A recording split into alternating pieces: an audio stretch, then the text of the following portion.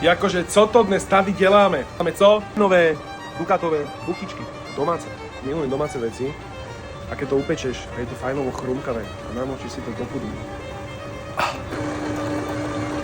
Takto som si zbúchal cesto. Ja Ivankuši.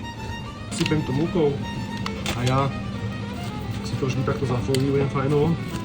Lepšie vykyslo. 45 minút. Jaké cesto. Šupneme ho cestou, ja.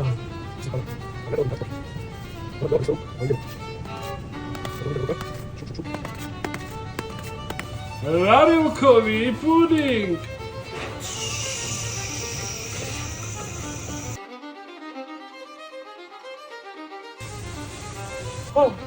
Tady to je krása, ty vole, to je krása, že jo?